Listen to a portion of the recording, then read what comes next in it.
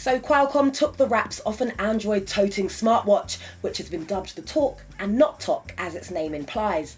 Names aside, you're looking at a brilliant wrist accessory, and because the battery lives in its clasp, it allows the face of the watch to be much slimmer and flat against the wrist.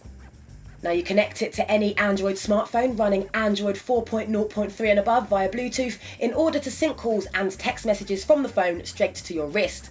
Now there's no speaker for making calls Dick Tracy style, but you can use a Bluetooth headset and use it to answer and reject calls, and you can read your text messages and respond from a selection of basic pre-installed responses.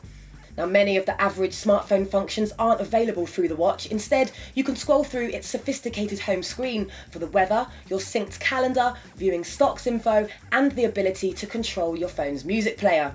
Twitter and Facebook notifications will also pop up on screen, and Qualcomm reckons its battery will last around 3 to 4 days. The Toq is flanked by 2 touch-sensitive buttons to assist with navigation. Double tapping the top brings up the fairly bright backlight, while tapping the bottom acts as a back button to return to the home screen, which are both pretty quick to respond.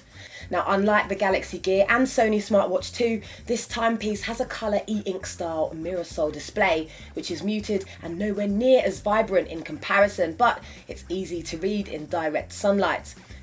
Now, before you get too excited, you should probably know that this isn't the final product build, and we may never be able to get our hands on one. That's because Toq is actually a proof of concept designed to entice manufacturers into implementing mirror-sol displays into this kind of device.